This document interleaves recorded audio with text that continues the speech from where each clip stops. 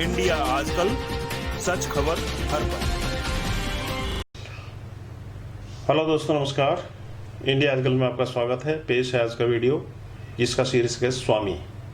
जीवन दो भांति जिया जा सकता है, एक मालिक की तरह और एक गुलाम की तरह। और गुलाम की तरह जो जीवन है वह नाम मात्र का ही जीवन है, उसे जीवन कहना भी गलत होगा। बस दिखाई पड़ता है, जीवन जैसा आभास होता है, जीवन जैसे एक सपना देखा हो, आशा में ही होता है गुलाम का जीवन। मिलेगा लेकिन मिलता कभी नहीं, आ रहा है आता कभी नहीं। गुलाम का जीवन बस जाता है, आता कभी नहीं।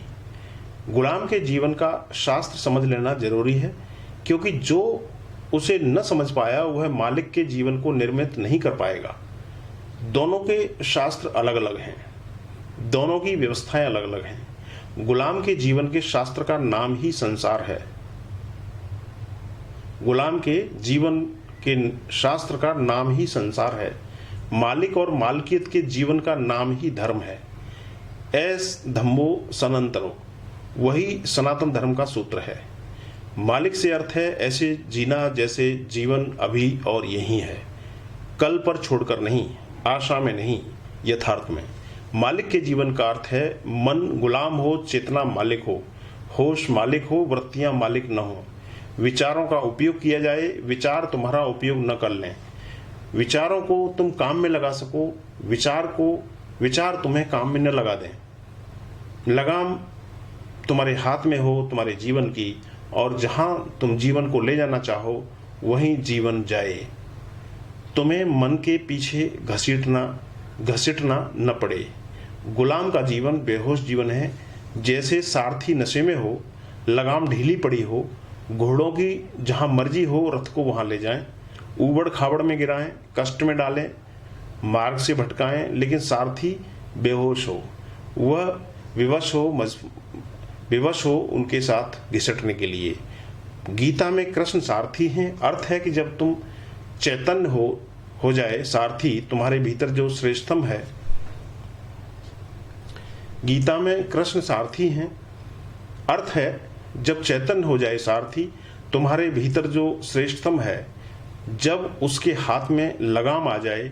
बहुत बार अजीब सा लगता है कृष्ण को सारथी देखकर। अर्जुन ना कुछ है अभी, वह रथ में बैठा है, कृष्ण सब कुछ है, वे सारथी बने हुए हैं। पर प्रतीक बड़ा मधुर है। प्रतीक यही है कि तुम्हारे भीतर जो ना कुछ है वह सारथी न रह जाए। तुम्हारे भीतर जो सब कुछ है वही सारथी। तुम्हारी हालत उल्टी है, तुम्हारी गीता उल्टी है। अर्जुन सारथी बना बैठा है और कृष्ण रथ में बैठे हैं।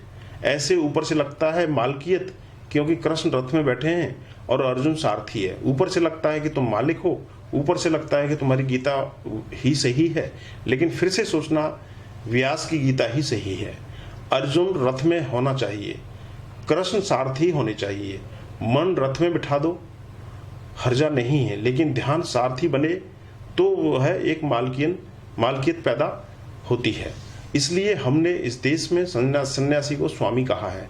स्वामी का अर्थ होता है जिसने अपनी गीता को ठीक कर लिया। अर्जुन रथ में बैठ गया, कृष्ण सारथी हो गए, वही सन्यासी है, वही स्वामी है। ओशो एस धम्मो सनातनो। धन्यवाद। इंडिया आजकल, सच खबर हर पल।